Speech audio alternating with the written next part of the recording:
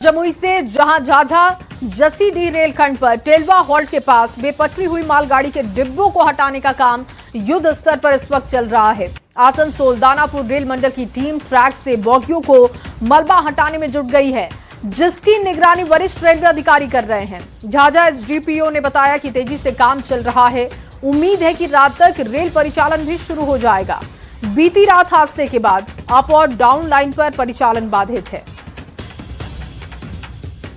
और ये तस्वीरें आप देख रहे हैं 19 डिब्बे मालगाड़ी के जो बेपटरी हुए, जिसकी वजह से कई ट्रेनों को डाइवर्ट करना पड़ा है। हालांकि बोगियों को हटाने का काम लगातार चल रहा है। मालगाड़ी के जो डिब्बे हैं उनको हटाने का काम युद्ध स्तर पर चल रहा है। रेलवे के तमाम बड़े अधिकारी वहां पर मौजूद हैं। इसके साथ ही जांच ये भी की जा रही है कि आखिर ये मालगाड़ी हादसे का शिकार कैसे हुई। संभवतः ये कहा जा रहा है कि घने कोहरे की वजह से मालगाड़ी बेपटरी हुई है। 19 डिब्बे जो कि बेपटरी हो गए, जिसकी वजह से वहां पर देखिए लगातार परिचालन को लेकर अधिकारी डटे हुए हैं कि जल्द से जल्द इन डिब्बों को हटाया जाए और इस रूट पर जो ट्रेनें हैं उनका परिचालन शुरू हो सके।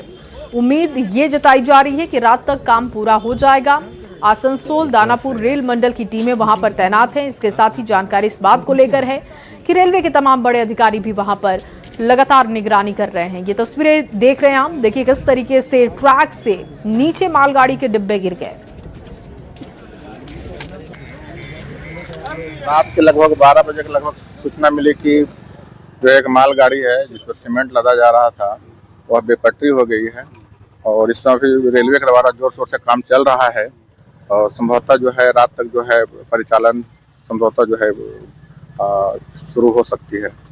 वजह कुछ पता चला नहीं, इसका तो कुछ रेलवे के द्वारा कोई ऑफिसर वो सीनियर ऑफिसर नहीं थे, जो पता नहीं चल पाया कि किस कारण हुई है, तो उन्हीं लोग के द्वारा बताएंगे कि किस कारण से बेपटरी। और वहीं जमुई टेलवा हॉल्ट पर मालगाड़ी डिरेल का ये मामला है। 7 जोड़ी ट्रेनें रद्द कर दी गई हैं। टाटा नगर बक्सर एक्सप्रेस रद्द कर दी गई है। इसके अलावा देखिए धनबाद पटना एक्सप्रेस का रूट भी डाइवर्ट किया गया। हावड़ा नई दिल्ली राजधानी एक्सप्रेस का भी रूट डाइवर्ट है। हावड़ा पटना वंदे भारत एक्सप्रेस का भी रूट बदला गया है।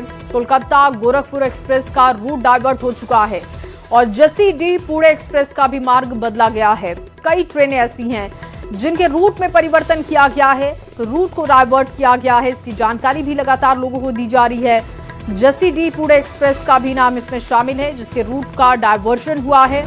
आपको बता दें कि मालगाड़ी के 19 डिब्बे जो कि ट्रैक से नीचे गिर गए, जिसकी वजह से इस रूट पर परिचालन बाधित है। और जानकारी अब इस बात की है कि 7 जोड़ी ट्रेनें रद्द हो चुकी हैं। इसके अलावा कई सारी ट्रेनें जिनका रूट डाइवर्जन हुआ।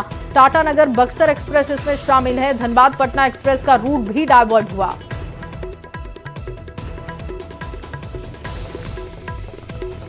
और सासाराम के रोहतास प्रखंड के अकबरपुर से कैमूर पहाड़ी तक बनाए जा रहे रोपवे के धराशायी होने के बाद बिहार राज्य पुल निर्माण निगम की टीम जांच में जुटी है। निगम ने आईआईटी पटना को डिजाइन और संरचना की ऑडिट के लिए जिम्मेदार बताया है। 13 करोड़ 65 लाख की लागत वाला रोपवे ट्रायल के दौरान धराशायी हो गया। जांच पूरी होने के बाद लापरवाही स्पष्ट होगी। इसके साथ ही ये भी कहा जा रहा है कि जल्द से जल्द रिपोर्ट सौंपनी होगी। नए साल में देखिए इसका उद्घाटन होना था, लेकिन उससे पहले ट्रायल के दौरान रोपवे धराशायी हुआ। इसको लेकर गुणवत्ता को लेकर सवाल है। और अब देखिए लगातार जो भी टीमें इसमें लगी हुई हैं उनको भी जिम्मेदार मानते हुए उनसे कारण बताओ नोटिस भी लिया जा रहा है। आखिर उनको जवाब देना होगा कि जो भी कंपनियां इसमें लगी हुई थी, काम कर रही थी, कैसे ये रोपवे जो कि ट्रायल के दौरान धराशायी हो गया है। गुणवत्ता को लेकर सवाल है और कहा जा रहा है कि बड़े पैमाने पर इसमें लापरवाही बरती गई है। लोग इसमें शामिल हैं जिस पर कार्रवाई की जाएगी। आईआईटी पटना को डिजाइन और ऑडिट जो है संरचना को लेकर उसके लिए जिम्मेदार बता दिया गया है। रोहतास जिला के रोहतास गढ़ किला पर जाने के लिए जो रोपवे बनाया जा रहा था वो जो ध्वस्त हुआ है, उसके बाद मैं अभी हूँ उस स्थल पर जहाँ रोपवे जो ध्वस्त हुआ है। चूँकि अब इस जो घटना हुई है, जो हादसा हुआ है ट्रायल के दौरान, उसकी जांच करने के लिए पटना से आईआईटी की जो टीम है वो अब आई है और आईआईटी की टीम जो है वो इसकी जांच कर रहेगी, क्योंकि जो गुणवत्ता का भी इसका जो है ऑडिट किया जाएगा और बिहार राज्य पुल निर्माण निगम के जो प्रबंध जो अध्यक्ष हैं उनके देख रेख में, उनके नेतृत्व में जांच टीम का गठन किया गया है और बिहार राज्य पुल निर्माण निगम के अधिकारी के द्वारा इसका जांच किया जा रहा है। और इसके अलावा जो आईआईटी पटना की टीम है वो इसके गुणवत्ता की भी ऑडिट करेगी और पूरे जो धराशायी जो हुआ है रोपवे उसकी जांच करेगी और जांच की प्रक्रिया लगभग शुरू हो गई है। अब इसके बाद स्पष्ट हो पाएगा कि आखिर ट्रायल में ही 13 करोड़ से अधिक की लागत से बनने वाला ये रज्जू मार्ग क्यों ध्वस्त हुआ और इसके पीछे किसकी लापरवाही है। अजीत कुमार, न्यूज़ 18, सासाराम।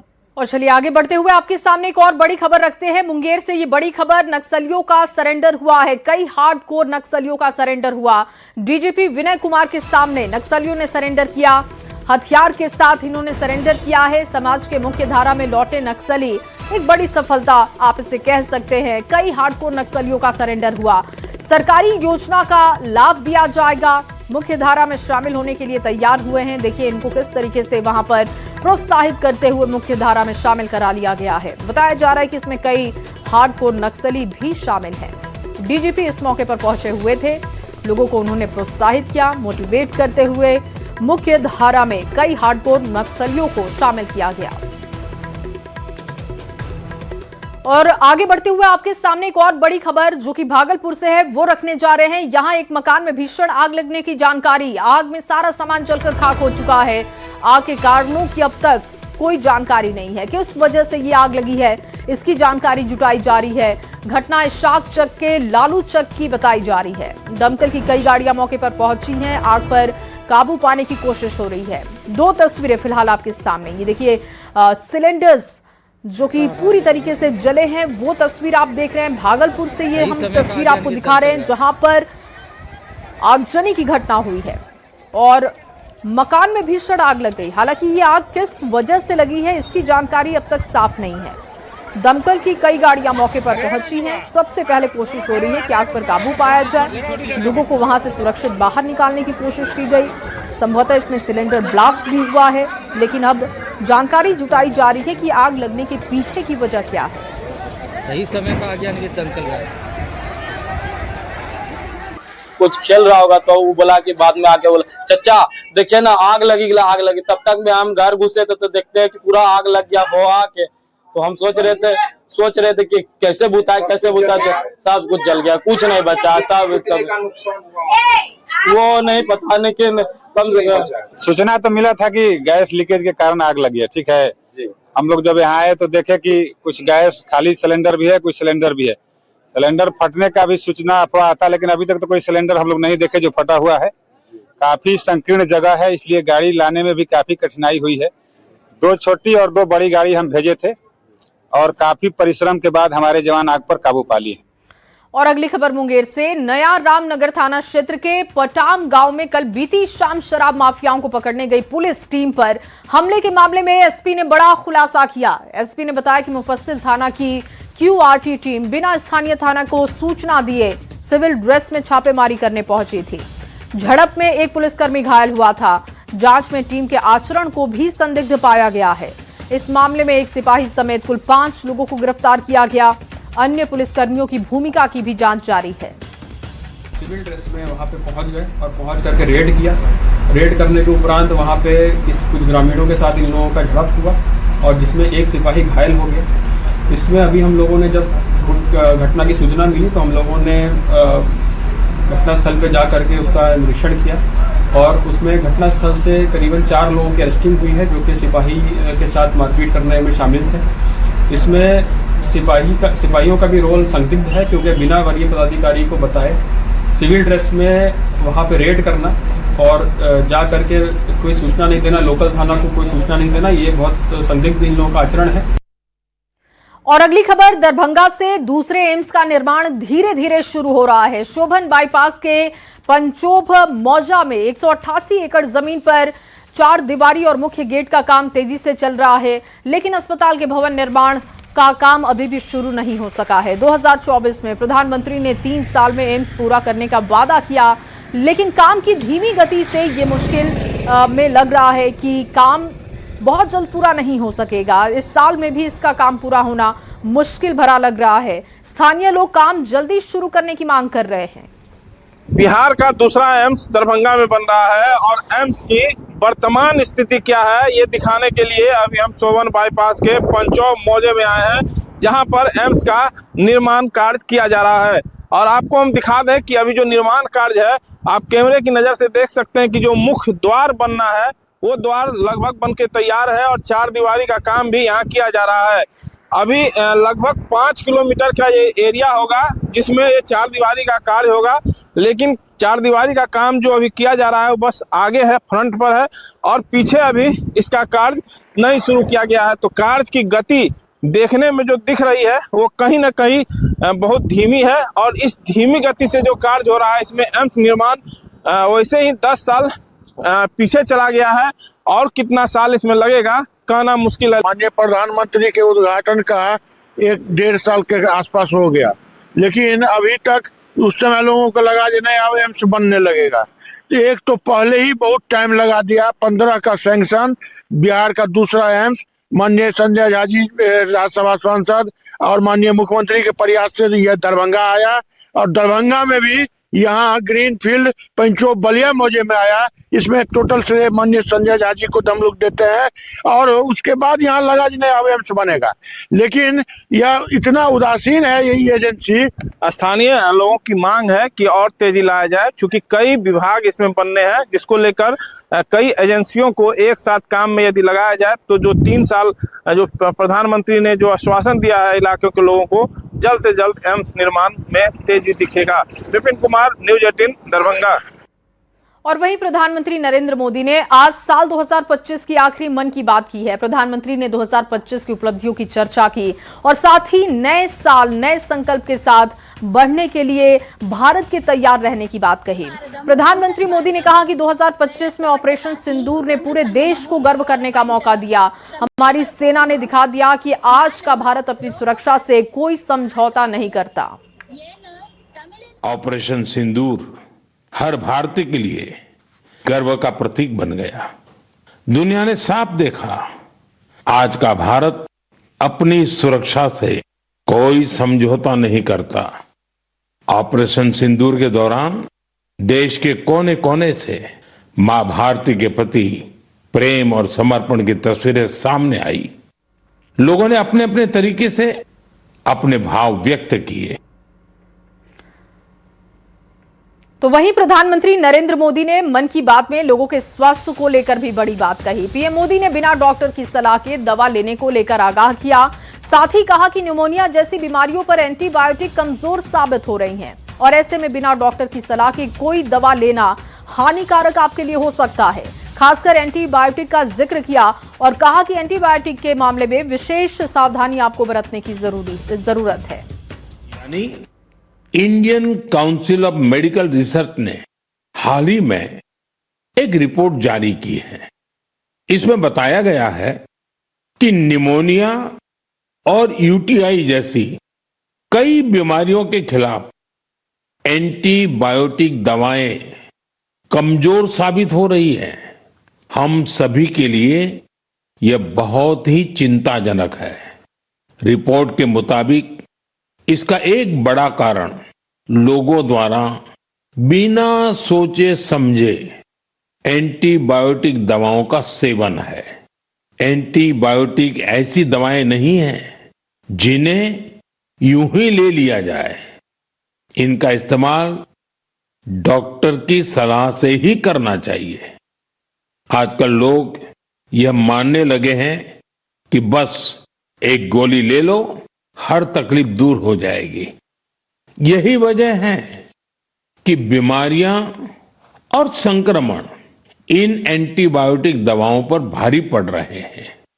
मैं आप सभी से आग्रह करता हूं कि कृपया अपनी मनमर्जी से दवाओं का इस्तेमाल करने से बचें। एंटीबायोटिक दवाओं के मामले में तो इस बात का ध्यान रखना बहुत जरूरी है। मैं तो यही कहूंगा, मेडिसिन्स के लिए गाइडेंस और एंटीबायोटिक्स के लिए डॉक्टर्स की जरूरत है। ये आदत आपकी सेहत को बेहतर बनाने में बहुत मददगार साबित होने वाली है। और वहीं पटना में बीजेपी नेताओं ने भी प्रधानमंत्री मोदी के मन की बात कार्यक्रम को सुना है, कार्यक्रम की सराहना की। बात एक बहुत ही अनोखा कार्यक्रम है जिसके माध्यम से प्रधानमंत्री जी देश को जोड़ते हैं। ऐसे कलाकार, ऐसे उपलब्धि प्राप्त करने वाले, चाहे वो मणिपुर में हो या काशी के तमिल सीखने वाले बच्चे हों, इनकी गाथा देश को बतानी जरूरी। सबसे पहले तो आधा घंटा पता ही नहीं चलता है कि कैसे निकल गया। जोर देश के विभिन्न क्षेत्रों में विभिन्न तरह के, चाहे वो खेल में रुचि रखने वाले हों, विज्ञान हो, नए नए काम करने की जो रुचि रखने वाले हैं, जो रिसर्च हो रहा है अपने देश में, यानी हर पहलू, हर पार्ट को माननीय प्रधानमंत्री जी अपने मन की बात में देश के करोड़ों करोड़ लोग पहुंचाने का काम करते हैं। और वहीं मुंगेर के खड़गपुर अनुमंडल के खैरा गांव में उप मुख्यमंत्री सम्राट चौधरी पहुंचे। उन्होंने राजकीय बुनियादी विद्यालय के मैदान में आयोजित कार्यक्रम में स्थानीय लोगों के साथ प्रधानमंत्री मोदी के मन की बात कार्यक्रम को सुना। इस दौरान मुंगेर के विधायक, तारापुर के पूर्व जेडीयू विधायक, ग्रामीण और प्रशासनिक अधिकारी मौजूद रहे। इस दौरान वहां पर सुरक्षा के पुख्ता इंतजाम दिखे। आस्था, संस्कृति और भारत दुनिया को चकित किया। साल के अंत में और देखिए, मुख्यमंत्री नीतीश कुमार ने पूर्व केंद्रीय मंत्री अरुण जेटली के जन्मदिन पर कंकड़ बाग पार्क में उन्हें श्रद्धांजलि अर्पित की है। इस दौरान उन्होंने पार्क का निरीक्षण भी किया। अधिकारियों को इसे और सुंदर और सुसज्जित बनाने के निर्देश दिए। मुख्यमंत्री ने साफ सफाई, बेहतर लाइटिंग की व्यवस्था सुनिश्चित करने को कहा। बता दें कि अरुण जेटली की पुण्यतिथि और जन्म दिवस दोनों को राजकीय समारोह के रूप में मनाया जाता है।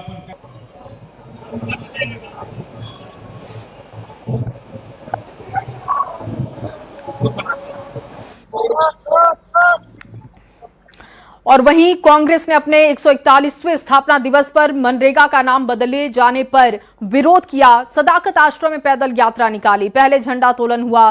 बिहार भर में आंदोलन करने का संकल्प भी लिया गया। प्रदेश अध्यक्ष राजेश राम और प्रेमचंद्र मिश्रा के नेतृत्व में कांग्रेसियों ने गांधी मैदान तक मार्च किया। नेताओं ने कहा कि मनरेगा का नाम बदलना लोकतंत्र और गांधी विचारधारा के खिलाफ है, जिसे कांग्रेस कतई बर्दाश्त नहीं करेगी। देशव्यापी आंदोलन कांग्रेस करेगी और जिसकी शुरुआत देखिए पटना से की गई है। सदाकत आश्रम के बाहर की ये तस्वीरें आप देख रहे हैं। गांधी मैदान तक मार्च निकाला गया और मनरेगा के नाम बदलने को लेकर विरोध जाहिर किया जा रहा है। हमारा कांग्रेस पार्टी का स्थापना दिवस है और हम 101वां स्थापना दिवस आज मना रहे हैं। और 28 दिसंबर 1885 में कांग्रेस पार्टी के नॉन पॉलिटिकल पार्टी के रूप में आंदोलन के लिए ईस्ट इंडिया कंपनी के आज़ादी के लड़ाई के लिए ये स्थापना हुई थी। और जब प्रथम अधिवेशन हुआ था तो हमारे बनर्जी साहब उसकी अध्यक्षता किए थे। तो मनरेगा को जो खत्म किया गया, हाँ, तो मनरेगा जिस तरह से खत्म किया गया और मनरेगा को लगातार मोदी सरकार कमजोर करती रही। 100 दिन के गारंटी का जो काम था, मनरेगा को जो यूपीए सरकार लाई थी, मनमोहन सिंह प्रधानमंत्री से थे और यूपीए अध्यक्षता आपको सोनिया जी इसकी मुखर तौर से इसका जो है योजना को लाई। आज इसलिए मोदी सरकार बंद कर दिया कि बापू के नाम से, गांधी जी के नाम से यह 100 दिन के गारंटी जो मजदूरों को मिलता है, गांधी जी के नाम से नफरत के आधार पर इसको मनरेगा को खत्म किया। और वहीं राजधानी पटना समेत राज्य के प्रमुख शहरों में घरों और इमारतों से निकलने वाले गंदे पानी का ट्रीटमेंट अप्रैल महीने से शुरू किया जाएगा। बिहार में अगले साल मार्च 2026 तक 7 नए सीवरेज ट्रीटमेंट प्लांट यानी कि एसटीपी तैयार किए जाएंगे। पटना में पहले से ही कई क्षेत्रों का गंदा पानी एसटीपी के माध्यम से साफ कर गंगा नदी में छोड़ा जा रहा है। इस कदम से प्रदूषण कम करने में भी राहत और मदद मिल रही है। सहित पूरे बिहार की घरों से निकलने वाले गंदे पानी को अब सीधे नदियों में नहीं प्रवाह किया जाएगा। राजधानी पटना की अगर हम बात करें तो कई ऐसे क्षेत्र हैं जहां से निकलने वाले गंदे पानी को सीधे गंगा में प्रवाहित किया जाता है, लेकिन अब यहाँ पे जो आप देख रहे हैं एसटीपी, इसके माध्यम से कई क्षेत्र के गंदे पानी को, जो शौचालय या फिर घर में इस्तेमाल होने वाले नली का गंदा पानी होता है, उसे स्वच्छ करने के बाद ही नदी में प्रवाहित किया जा रहा है। पटना सहित राज्य के प्रमुख शहरों में घरों और इमारतों से निकलने वाले गंदे पानी का ट्रीटमेंट अप्रैल से शुरू किया जाएगा। बिहार को अगले साल तक यानी 2026 तक 7 नए एसटीपी मिलने वाले हैं।